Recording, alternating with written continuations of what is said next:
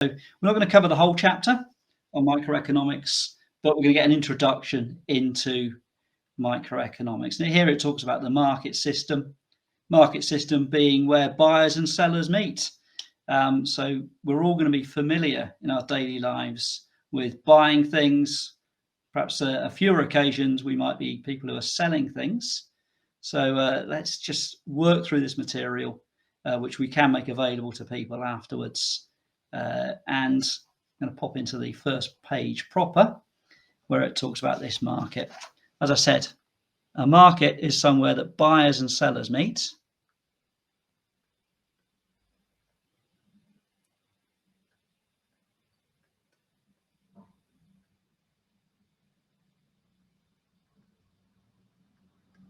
Increasingly, they don't meet physically, of course. Increasingly, that transaction will be done virtually on the internet, but real goods and services will be transferred between them. Now, it talks about potential buyers and potential sellers. So people who've got the ability to buy and the desire to buy goods, and it talks about that being exchange of goods for money. Then it talks about the market potentially being local, so our corner shop. It could be national, so the supermarkets compete with each other in the national grocery market up and down the country. Where you are, there'll be various supermarkets, I'm sure, locally competing for your money. And actually that will have an impact on the price of petrol, perhaps, in your local area, depending on who's competing there. And internationally, so Nike, as an example of a global shoe manufacturer, sells their product globally. So today, a lot of those things are online. Then we're going to think about supply and demand. So we used the word potential just now. Demand for a product is created by potential buyers. Now, those potential buyers have a desire to buy the goods. So I've got a desire to have a Bentley convertible. Unfortunately, I don't have the willingness or the ability to pay the price for that goods. So I'm really not a potential buyer for a Bentley convertible. Chocolate bars, yep, I am willing and able to participate in that market and create demand for that. Here's an example of somebody wanting to buy 2,000 punnets of strawberries, which is quite amazing. But that person has the desire, perhaps they're a big jam maker, and they have the ability to pay for those strawberries. Then the supply. The supply side is created by potential sellers. Now, we might have people selling something they own secondhand. They would be a potential seller as a consumer to consumer. But more often, we're thinking about businesses selling to individuals. And we think about supply, it's the total amount. Well, that total amount will be a quantity. How much, how many units the supplier is willing to sell and make available for consumers to purchase. And then demand. The law of demand says, and very simply, very easy to understand, it's as the price of the product falls, the amount that we'll want to buy will increase. So my favourite chocolate bar would be a dark chocolate Bounty. At £2, probably a little rich for me. £1, I might buy one a week. At 20p, I might buy 5 a week, 10 a week, who knows. But as the price goes down, my willingness to buy goes up. Now that was an example of me buying, but obviously the market works on everybody interacting. So the 67 million people in the UK will have their demand. Here it talks about clothing retail. It's a really good example. If you think about, well, if I can quote Next as one of the big retailers in the UK, 2 or 3 times a year, they will have a sale. They will open up at 5 or 6 in the morning, reduce a load of the stuff to half the original price. Why? Because they've got it left on the racks, and unless they discount that, they won't get it sold because there's new clothes to come in and replace them. So there we see the law of demand. If they reduce the price, they will increase. The demand, the response from customers will go up. And then it talks about perhaps trying to sell your house. It hasn't had much interest on Rightmove, and now we need to put the price down to get more people interested. So very logical, very easy to understand concepts in terms of the law of demand. Now, we'd like to draw that. A picture paints 1,000 words. So if we put that on a demand curve, we would draw that simple relationship, which is an inverse relationship between price and quantity. Technically, it should be a curve, but it's harder to draw a curve than a straight line. So we tend to simplify it and show a straight line. And look at the quantity of goods that consumers are willing to and able to buy at the various prices. So here we do have a chocolate bar. We've got a slightly retro thing going on with this chocolate bar because 30 pence is the price. How many would you buy at 30 pence? Well, it's determined that the market will buy 300 at 30 pence. If the price went down, then we'd be willing to buy more. We go up to 400 bars. If the price went up to 50 pence, then lots of us would say, I'm out of this market.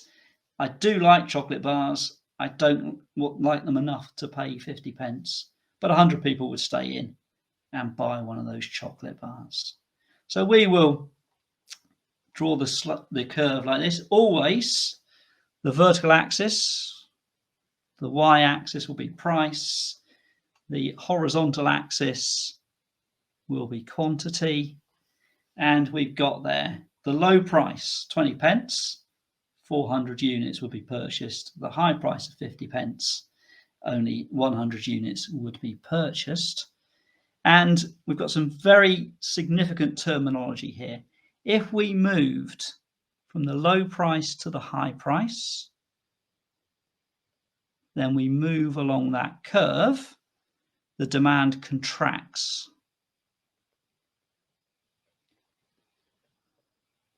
If, on the other hand, the price goes from the high price to the low price, suddenly lots of people are buying the chocolate bar now, demanding it. The demand extends along the curve. So when you're thinking towards the exam, those two terms are really important. The curve itself didn't move, but the amount demanded changed, and it changed solely only because the price changed. So little bits of takeaway here. We've got that downward sloping, left to right, which just says that, it says there's a negative slope. Might also have been told that's an inverse relationship. Price goes down, quantity goes up. And that inverse relationship is given to us there. And then we've got that terms I said extended when we went from the high price to the low price and more was demanded. That extension along the curve. And when we go from the low price to the high price, it is decreased. We contracted, or there was a contraction along the curve. Those two terms are important. And they reflect moving along the curve, that straight line curve. Are there any questions that have come in, Jaden? No? Okay. I'll take that to be a good thing. When we look at market forces, we're actually thinking about market conditions. What is the market like? So we talked about that price mechanism. We talked about that inverse relationship. Seems that we're all happy with that. Sometimes the actual curve itself will move inwards or outwards. And that's due to a change in market forces or a change in the market condition. So the whole curve shifts. So the price could stay the same, but the quantity at that given price at 30p for our bar would increase or decrease. So this is down to factors other than the change in price. Something's happened in the market, which we'll talk about in a little bit. So demand may increase at all price levels. the supply curve shifts outwards to the right. I actually like to think of it shifting upwards.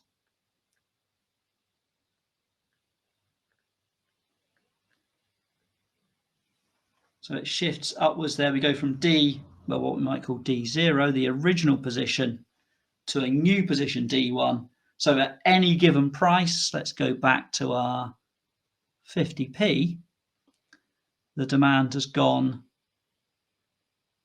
up. I think we had 100 previously. Now, something has happened in the market and the demand will be 150. The alternative there is if demand has shifted inwards or downwards or to the left,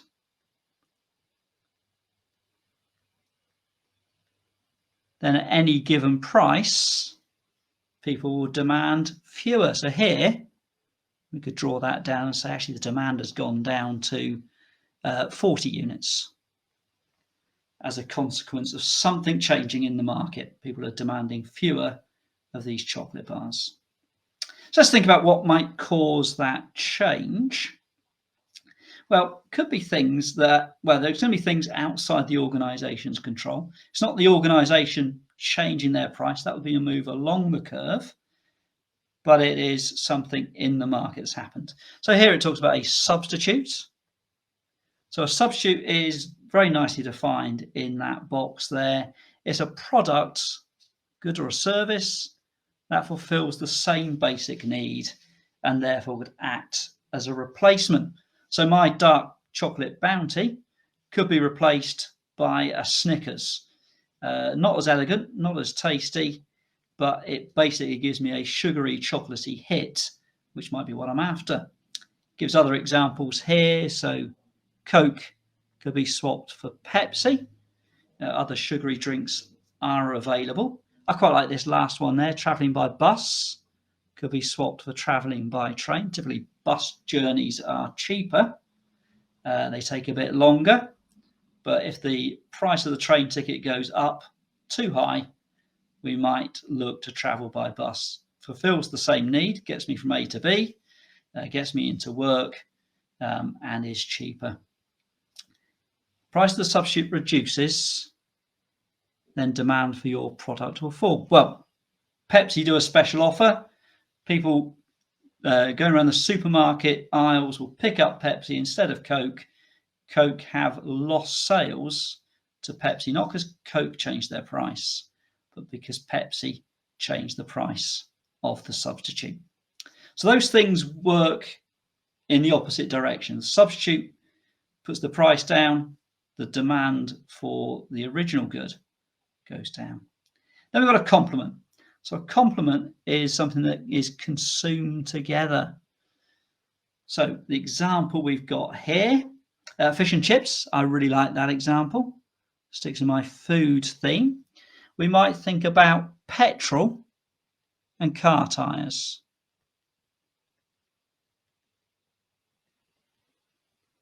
So petrol's been really expensive lately. If the price of petrol went down, so it's back to being £1 a litre, which it was briefly during the pandemic, I think, well, I'll drive further because it's cheaper to go to all those places I want to. The more I drive, the more frequently I need to replace the tyres on my car. So a decrease in the price of the complement consumed together would increase the demand, not just for petrol, but it would shift the demand curve for tyres on my car. Then we've got tastes and preferences. So sticking with our car theme, and somebody here who produced these notes has done a great bit of work.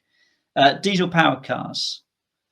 So they were cheaper to run because they're more fuel efficient. In 2011, 56% of new car sales.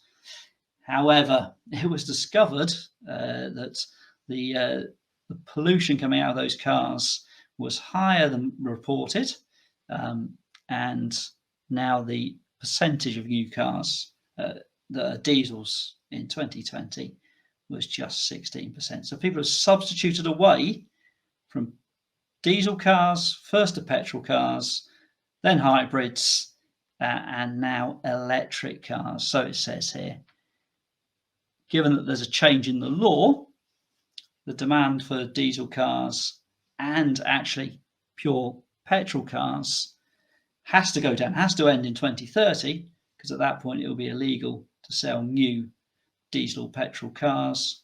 So the demand for electric cars will go up. We've seen a huge demand increase for electric cars.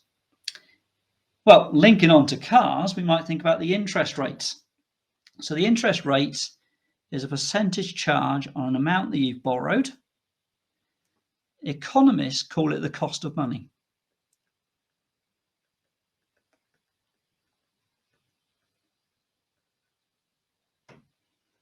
Now, when I want to buy a chocolate bar, I don't take out a loan. If I want to replace my car, I almost certainly would take out a loan.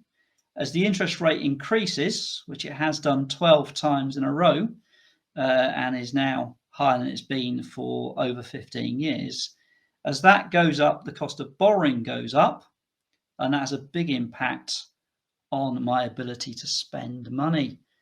So, amount we charge for borrowing, we buy something today with a loan, we pay for it later by paying off that loan, and actually the cost to me to buy is the original price of the goods, and it's the interest charged on that amount. So the total price we pay is more expensive. And as interest rates rise, then people will buy fewer cars because the cost of buying the car has gone up when we include both the ticket price, or the price in the windscreen, and the costs to pay the loan off. It talks about the Bank of England, as I said, 12 consecutive interest rate rises.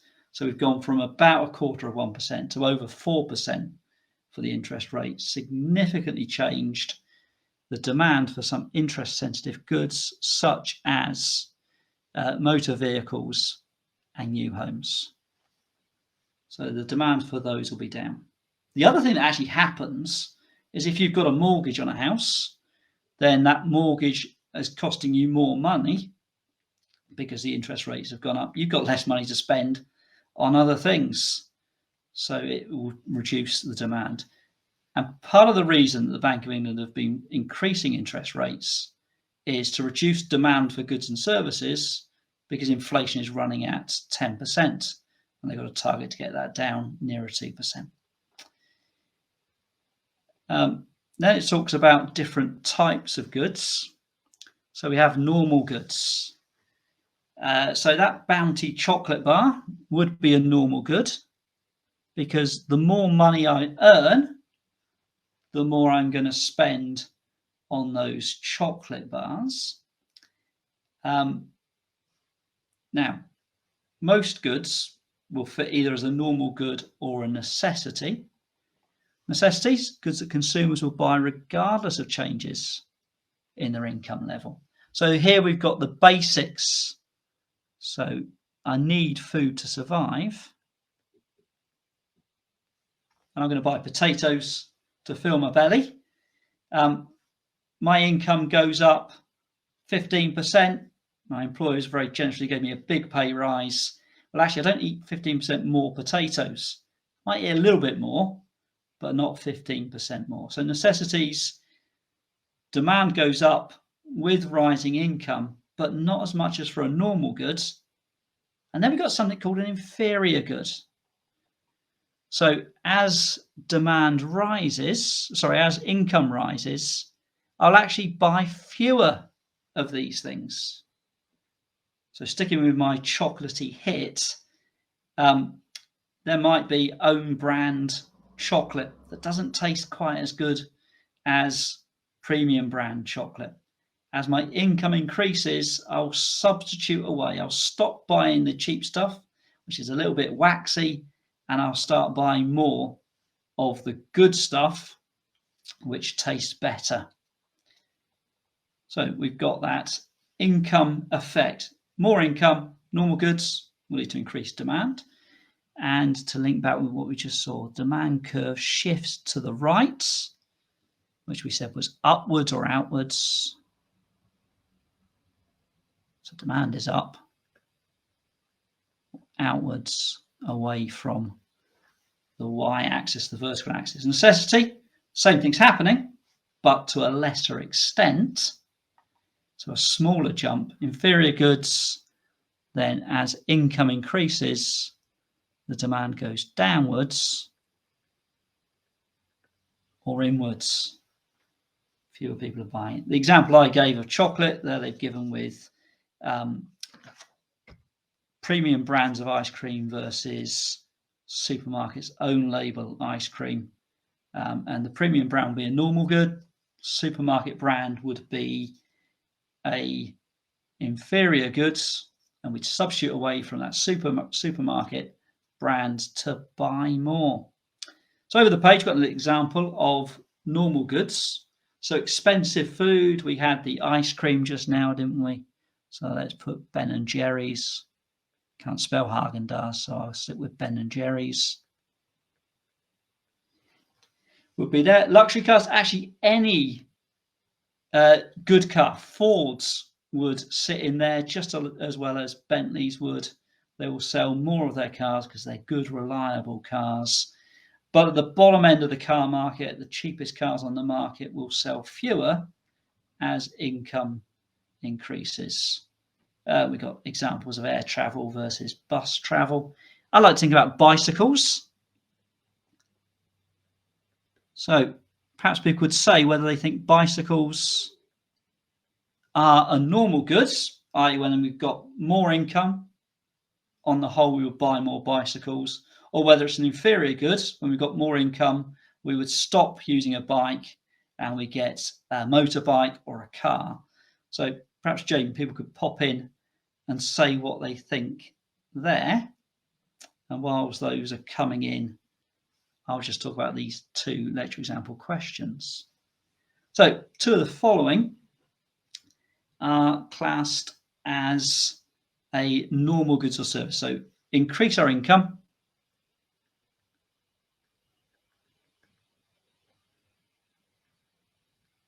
and we increase our, I'm going to put D for demand. Budget hotels. Well, I think if I get more money, I would look to treat myself a bit better. I've only got so many weekends in the year that I can get away. So I'll go to a better hotel rather than go to a budget hotel more often. If I've got more income, I'm more likely to go to the Maldives. Now here, the word luxury kind of lures me a bit away from that answer. Tickets to Formula One racing at Silverstone. Well, I'm more likely to go to that if I've got more money. A weekend camping trip. Oh, that's a bit basic, isn't it? So this all depends on different people, doesn't it? Some people might actually think that camping trip's the best thing ever, and they wouldn't go to Silverstone if you paid them.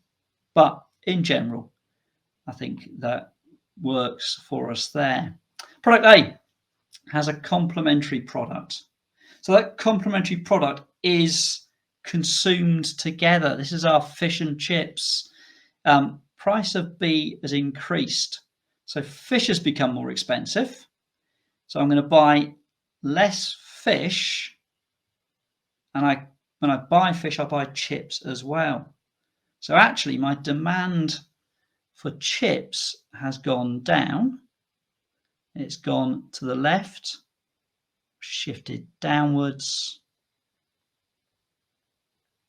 or inwards towards the y-axis as a consequence of the price of fish going up. So Jane, did people say what they thought how bicycles fitted into the normal goods or an inferior good? No? Okay.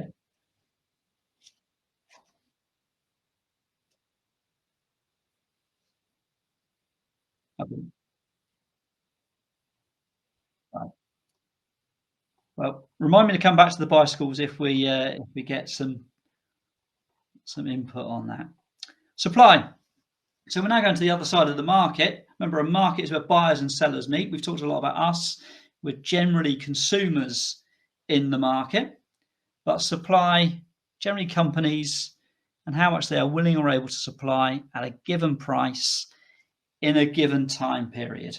So how many cars will a car manufacturer supply this month, this year? So that is the market period. And the supply curve. This is the relationship, again, between price of the goods and the quantity the producer is willing and able to sell in the market. So willing, it's the sort of thing they want to provide. Able, they've actually got the capacity to do that. So they've got the machinery in a factory with people, with materials. And actually in this last 18 months or more, the ability of companies to supply has been compromised by various factors with supply chains and the war in Ukraine, China closing down with COVID restrictions. Price of goods reduces, then there's less profit to be made. So less of the resources to produce the goods will be committed to make the goods. The suppliers will contract down the supply curve. Some suppliers will say, this isn't for me, I'll go and make something else. Some suppliers might just put the overtime on hold and reduce the quantity that they're making. So fewer goods are supplied. If the price increases though, well, now there's more profit to be made if the cost of production stayed the same, and they will move along the curve, they will extend along the curve to produce more goods. And here we see the same axes, price and quantity. We've got the supply curve soaring from left to right, and they're looking to make more profit as the price goes up, therefore give more resources to production and extend the supply. But if the price goes down, the production will contract, supply will contract at that lower price. So slopes the opposite way to the demand curve. Again, that extension contraction, particular terms for moving along the curve, but the curve itself didn't move. And then we think what might cause the curve to move. So these are the market conditions that cause the curve to move, well, perhaps outwards, where they increase the supply at all positions. So it talks about it shifting down, which is technically absolutely right, but to me it suggests there's less to the right, which is good. I think of it going outwards, which means at any given price, stick with that 50p, we've gone from providing, let's say it was 100, to now providing 200 units. So there's a shift out of the supply curve. Perhaps new people have come in to supply because they think they can make money at this price because something has changed, or existing suppliers have put on an extra shift to produce more. Decrease them, shifts says they're up or left, I would say inwards, in towards the y-axis, and here at that same price, the amount of firms, companies competing in the market or in supply has halved. So that's about the condition of supply. What's going to have an impact? Well, businesses supply stuff not because they are in love with chocolate. They supply stuff because they want to make money. They want to make profit. So if there's a fall in the cost of production, then at every given price at 50p, the companies will be making more profits. So perhaps there's been a reduction in the cost of raw materials or energy costs. Well, actually, those things are working exactly the other way and would lead currently to a fall in the amount of goods being produced. And we can see that with some businesses going out of business and unable to supply. Often what happens here is a change in technology, which we'll talk about in a moment. Producers, businesses that are willing and able to supply more at the same price, shifts to the right, or as we said, outwards, willing to supply more because I can make more profit on every unit I supply at that price. The opposite is true. So if production cost increases, then they won't make as much profit at any given price. That will cause an inward shift to that supply curve. So right now, pubs and restaurants are facing a hard time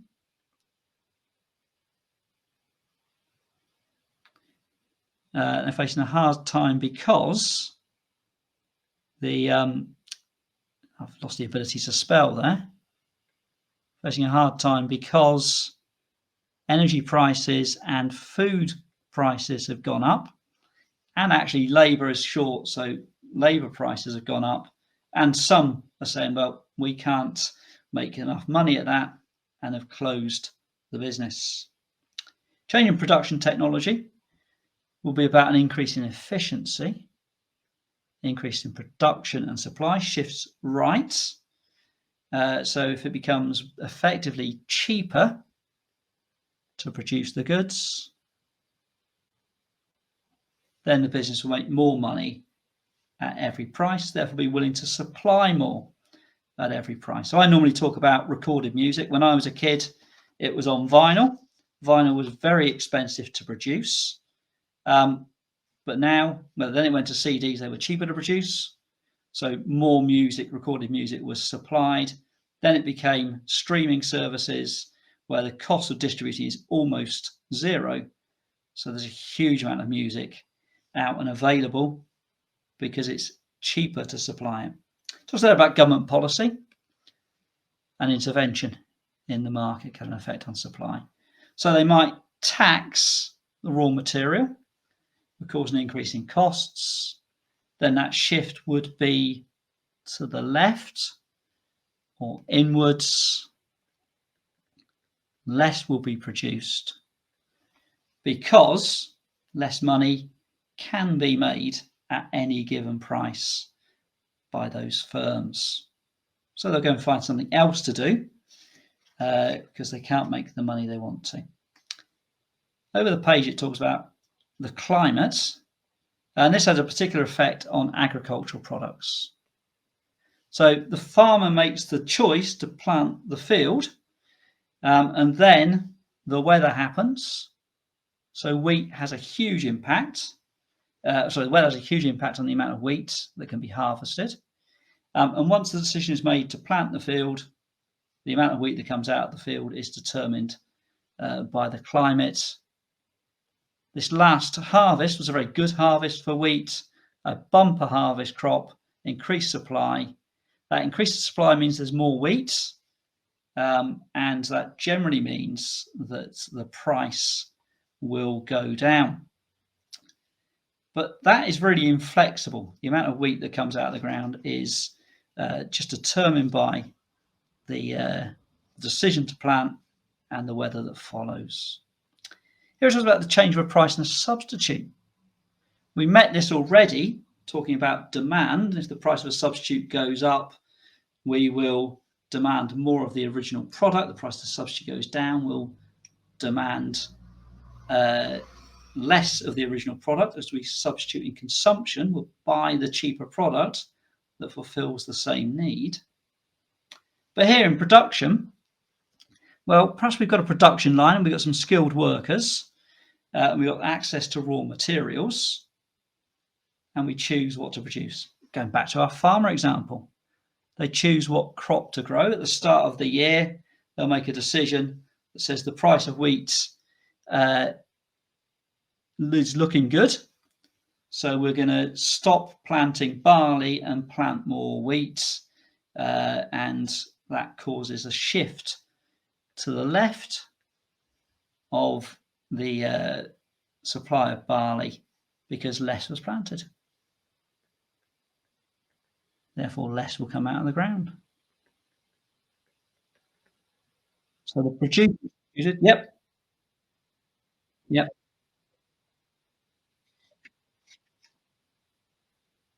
Yeah,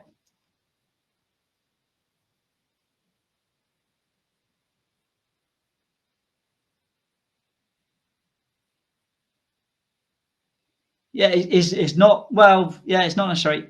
And the bicycle is interesting because if you looked in countries that have developed economically relatively recently, countries such as China and India, as those economies have become wealthier and income's gone up, then people have substituted from bikes to mopeds and then mopeds to cars, and we now see China with a burgeoning uh, car culture and car companies.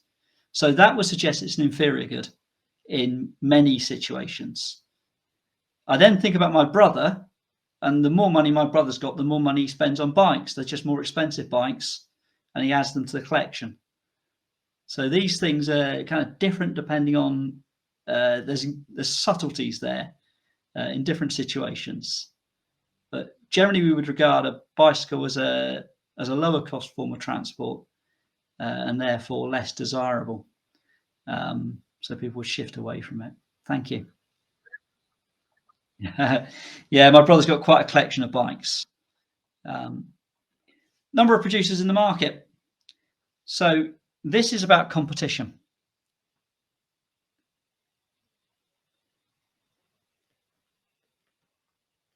If there are more producers, then that will affect the total supply because there's more capacity to produce. And we talk about new firms entering the market. These will be called new entrants. They shift the supply curve to the right. Well, here it says, and that creates a downward pressure on the market price. So competition always reduces the price of goods and services because it increases the supply of those goods or services. So we get a benefit of competition, and the government likes there to be lots of players in the market. So there's a big supermarket merger that was proposed where Sainsbury's and Asda were going to merge, and the Competition and Markets Authority said, no, that will be anti-competitive. We want there to be a very competitive market for selling us groceries, etc. Now I'm going to bring those two things together. I'm conscious of time, but let's bring those two things together to find price equilibrium. And equilibrium is where everything is in balance.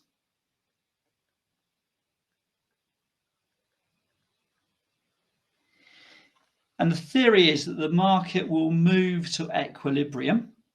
And at equilibrium, everybody is willing to pay the market price, can get the goods. So nobody goes to the shop to buy a Bounty, can't get a Bounty if they're willing to pay the 35 pence. And everybody who produces the goods can sell all the goods they produce at that 35 pence as well. So there we're balanced. There are no shortages.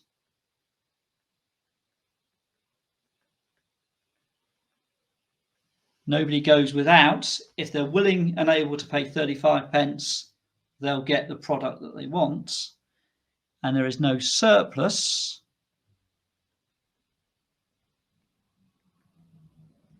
So the discount guns won't be out because they will sell everything they need, everything they produce to sell at that 35 pence. Here, that number was 250. And the price times the quantity will be the revenue for the supplier. The price times the quantity will be the amount we spend to buy those goods. And this we would call the market clearing price.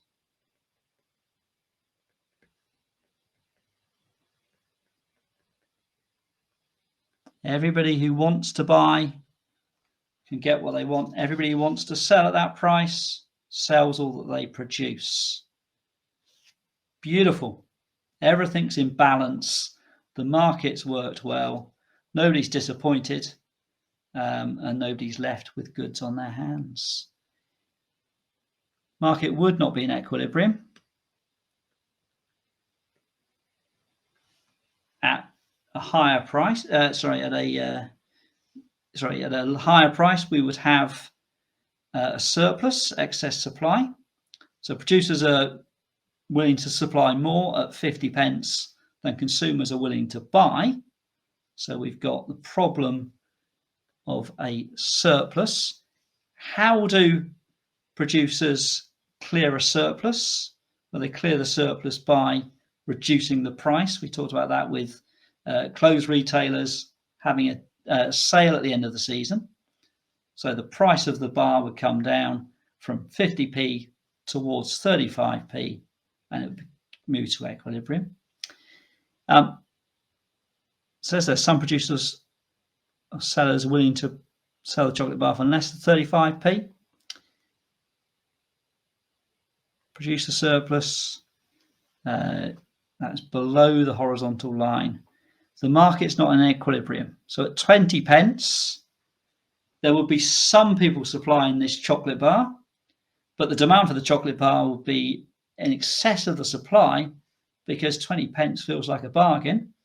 So demand exceeds supply. What will typically happen there is consumers will be bidding for those goods, and we will push the price up as a consequence of, well, lots of people will not be able to get the bar and therefore be willing to pay extra for it. The market will interact, supply and demand will interact, and there'll be a return to equilibrium. So we get back to that market clearing price. It will push back towards that 35 pence.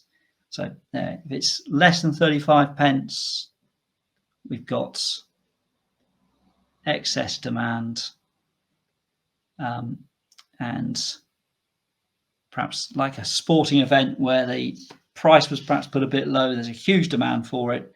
People will sell those tickets on something like StubHub, and they'll be able to sell them at more than face value.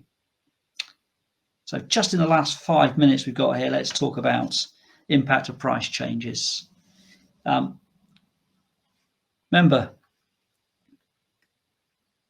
that we've got two curves. We've got the demand, what you and I as consumers want to buy. We've got supply, what those big companies who sell us stuff want to sell to us and produce. There's an increase in demand, so perhaps something becomes very fashionable. That will tend to lead to an increase in price. So mobile phone technology means everybody wants a phone, maybe two phones, and therefore we want to shift the demand curve, and that causes an increase in price. My original price to a new price. However, that's not enough to put us off buying. We also get an increase in quantity. So that will mean the suppliers are selling more stuff at more money. They're very happy. And as long as people keep buying, the people are happy as well because they're getting the mobile technology they want. Supply side. Well, here we've got new entrants.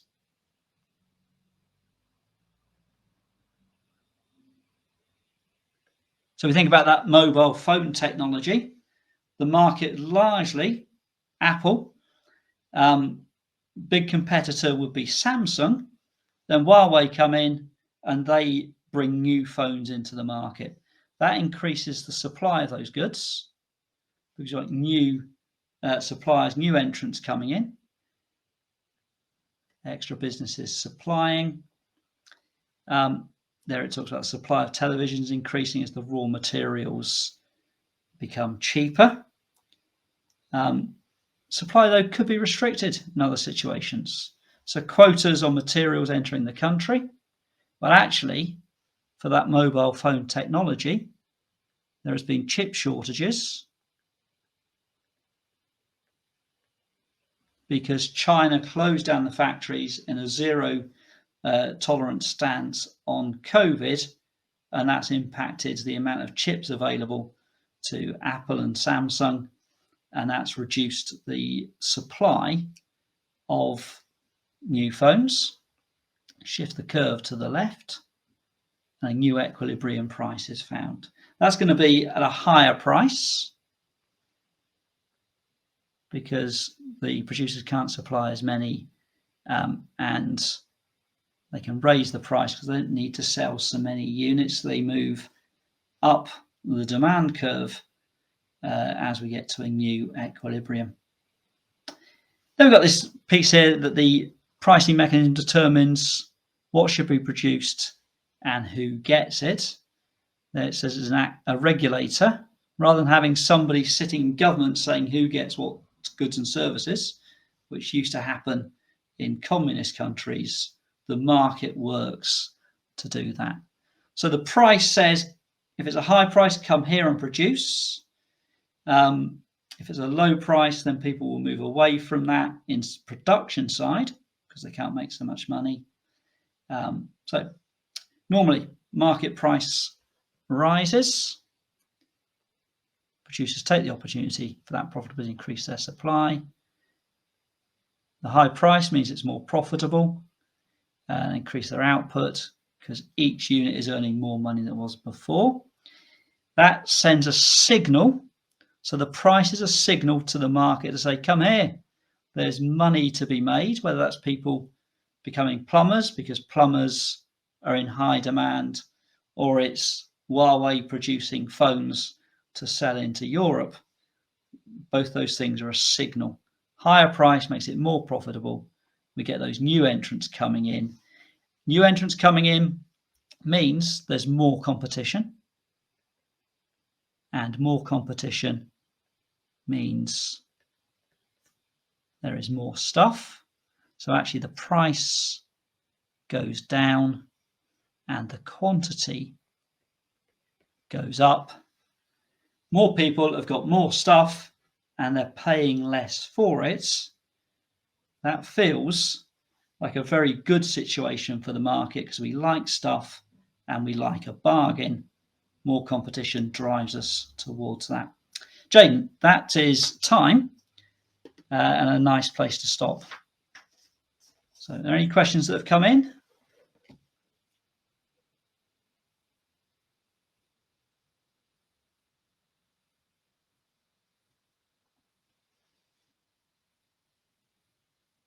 No.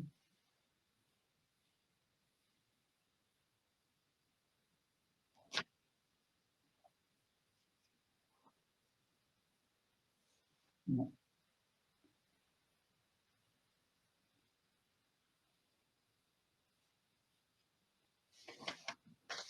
Yeah. We can make these, the presentation will be available afterwards, of course, won't it, on the AAT website? And you guys have got the material, so that can be made available to people who either are on this live broadcast who pop in later to catch up at a later stage.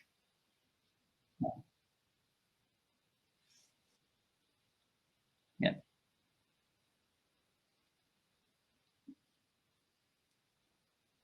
Yeah. Yeah. Yeah.